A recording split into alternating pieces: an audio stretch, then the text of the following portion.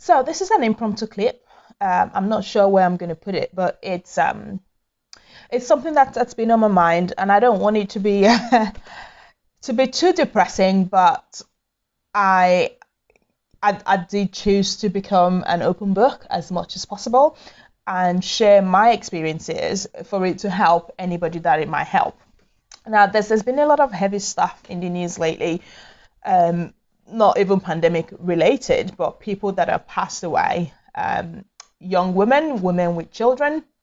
And we have the case of Naya, who passed away leaving a child who is 3-4 years old.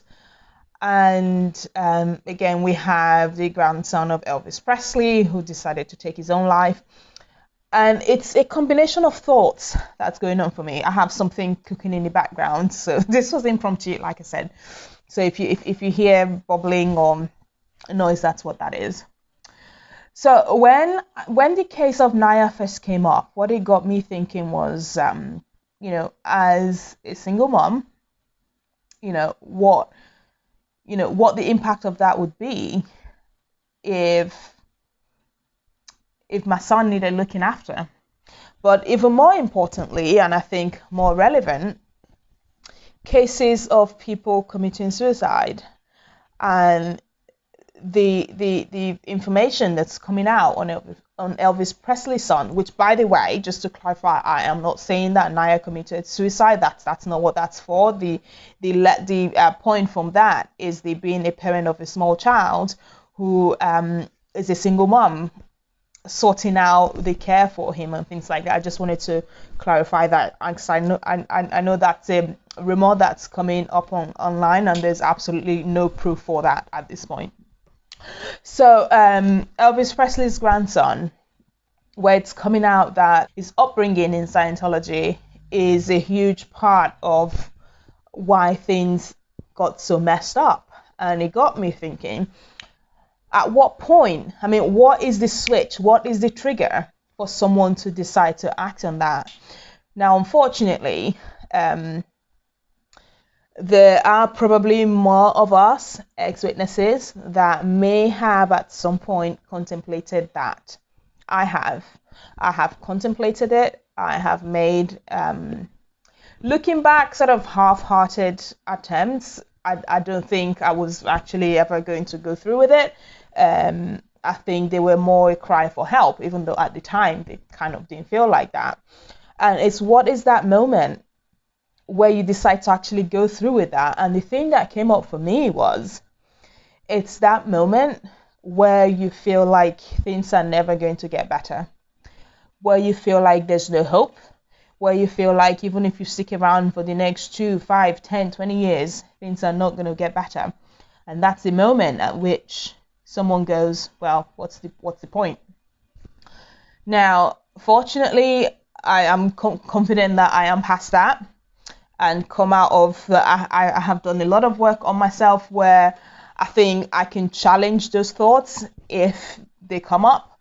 But in case there is anyone who is watching this, who is listening here, either because you're an ex-witness or you haven't been, just life's crappy sometimes. Life is crappy. Life can throw us some curveballs. Some of them we've contributed in bringing about, some of them we haven't, and they've just shown up, and they can go on for so long. You can lose hope. It can happen. And for me, and I'm hoping can help you as well, is isolating something that is a reason to go on, isolating something or someone who you can say that your absence will have an impact on them. So for me, at the start, it was thinking about my siblings who, the last time I saw them, they were really young, and thinking about what that would do to them, what that would do for them. I'm thinking about the things that I wanted to help them with, the things I wanted to do for them. If I did that to myself, who was going to do that? I wasn't going to get a chance to do that. And that was a reason to stick around. And then by the time I had my son, he became the reason to stick around. And just, I can't do that to him. I can't do that to him.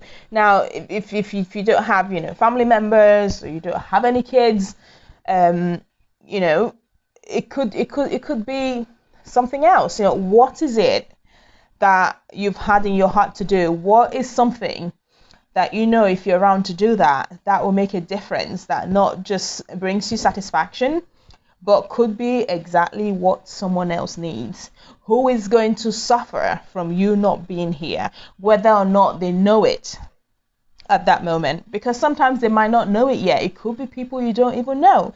It could be a cause that you have in your heart that you want to be part of, that you want to contribute to, and they don't even know it yet. But you not being here is going to mean that contribution you have to make, it's not going to happen. So who is going to suffer from you not being here? Yes, life's crappy. Yes, things look right now that there is no way out. Another thing that I learned to ask myself as I was going through that, and through experience of going through some crappy times, is time and time again, I realize in 2 years' time, that thing doesn't matter. In 5 years' time, I'm even struggling to remember the details of what happened. And so now I ask myself, am I going to remember this in 2 years' time? In 5 years' time, is this going to make a difference? Is it going to feel like it does now? And if the answer to that is no, then I want to get there to see what that's like. And so that is a question that has helped me personally. I don't know if that's going to help you. I am not a therapist. That is not what I am. But I just feel like sharing this because of everything that's been happening, and knowing the background that we come from. In the Leah Remini video from last year, the series they had, there was that family where two brothers within the same family, took their lives, just because of the mess of what this religion does, and that feeling of never being good enough. And it really does a number on your self-esteem. I have a video that I've made about mental health, so feel free to go watch that. But this is more specific to going to those dark places. And when your self-worth, your self-esteem is battered, like it can be with this religion, especially when you leave and you're made to feel like you're absolutely nothing, less than less, smaller than small, and you have to literally teach yourself how to figure out what you're worth and who is going to suffer from you not being here. It doesn't have to be something big. There is someone that your life, your existence can just be what they need, and they'll be immensely grateful. And I promise you, it feels good to be of service. It feels good to help. It feels good to know that you're making a difference. What that's going to look like for each person is going to be different, but please, please, please focus on finding that. And just for the sheer curiosity to see what that's going to be like. Because if you are suffering based on what this religion's done to you, how it's taking hold of your mind, if you were born into it like I was, that is not your fault. That is not your fault, and you don't deserve to be punished for that. And everybody else doesn't deserve to be punished for that. So for your sake, for their sake, figure out what else could be for you, because there will be something else that you could do, that you could be. That doesn't mean the hard times are going to go completely, but the more you incorporate different ways of thinking that challenges that status quo, when those thoughts come up, you have more and more things to counteract it, to challenge it, to say, but is that really so? Right? Is that it though, really?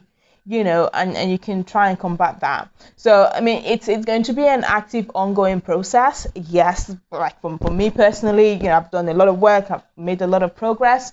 And so the things that I'm having to challenge, they're not that dark, they're not on that scale, but the techniques are the same. The voice in your head, it's the same.